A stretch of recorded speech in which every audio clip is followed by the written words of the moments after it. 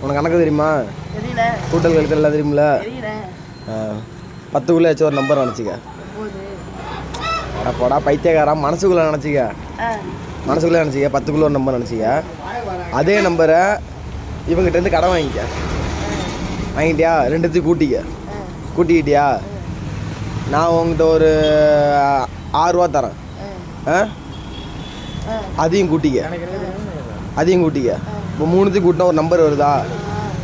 அதை அப்படியே 2ஆக பிரிச்சிட்டியா? ஒரு ரூபாயை சாமிகிட்ட விட்டுரு. விட்டியா? இவன் கொடுத்த காசை அவன்கிட்ட கொடுத்துரு.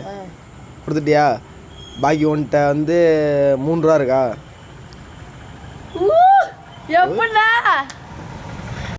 நான் சொன்ன ஆன்சரு அவங்க யாருக்கும் தெரிஞ்சுதுன்னா அது எப்படி சொல்லணும்னு கரெக்டாக சொல்லணும்னு சொல்லிட்டு நீங்கள் கமெண்ட்டில் பண்ணுங்கள். அப்புறம் லைக் பண்ணுங்கள், ஷேர் பண்ணுங்கள், சப்ஸ்கிரைப் பண்ணுங்கள். இதெல்லாம் நான்